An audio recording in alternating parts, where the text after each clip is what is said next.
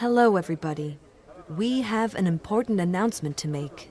Please could you gather around, making sure to keep some distance from each other. You've probably heard about coronavirus or COVID-19. We do not yet have any cases identified here. However, it is important that we all immediately start taking measures to prevent any possible cases. Yeah, we heard about it. A lot of people are getting sick. It's all over the world. Yes, it is. Coronaviruses affect the lungs and usually cause common colds.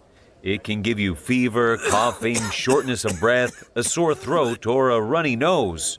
A common cold doesn't sound too serious. Well, for most people the illness is mild, and some do not even feel sick. However, some may become seriously ill, such as people who are older or have chronic illness. We also don't want to overload the health services, so we need to do everything possible to prevent any cases from coming here. What if I get sick? Will I be taken care of? If you have any symptoms, you will be tested, and it will be necessary to isolate you. This will be a health measure, not a disciplinary measure. We will still provide you with food, drink, and medication, access to the courtyard. We will let you know how long the isolation would last, and you will be monitored regularly by the healthcare team. If you have been together in a cell with someone with coronavirus, you may also need to be separated from others. This helps to stop it spreading further. How does it spread? Is there a risk of us getting it? It spreads from person to person through coughing, sneezing, or spitting near others, or on items that others then touch. Of course, that's one of our difficulties here, where we all live or work close to each other. Yeah, so what exactly is going to be done? Well, you can all do several things to reduce risks for yourselves and others. Firstly, wash your hands regularly, before and after going out of your cells, after using items belonging to others, and after coughing or sneezing. When coughing or sneezing, cover your mouth with your bent elbow or a tissue, and put the tissue in the bin immediately. If you do have any symptoms, you should immediately tell the healthcare team. I wouldn't tell anyone. I don't want to be isolated. I understand, but it's really important that you tell the health staff. If you don't, all of us could be affected. Please also avoid touching your eyes, nose, or mouth. This is more difficult than it seems, as we all do it naturally. And finally, try to keep a distance of at least 1 meter between each other. How are we expected to keep a distance of 1 meter in a place like this? If you can't keep this distance, please reduce the amount of people you interact with, for example in the courtyard. Staying with your cellmates when going to the courtyard instead of mixing with other cells. We keep the access to the courtyard, but please help us in respecting the rules. Movements outside your cells, like going to the showers, meal times, or any recreational or work activities, may also be done in shifts to reduce the amount of people you are in contact with. What else are you guys going to do?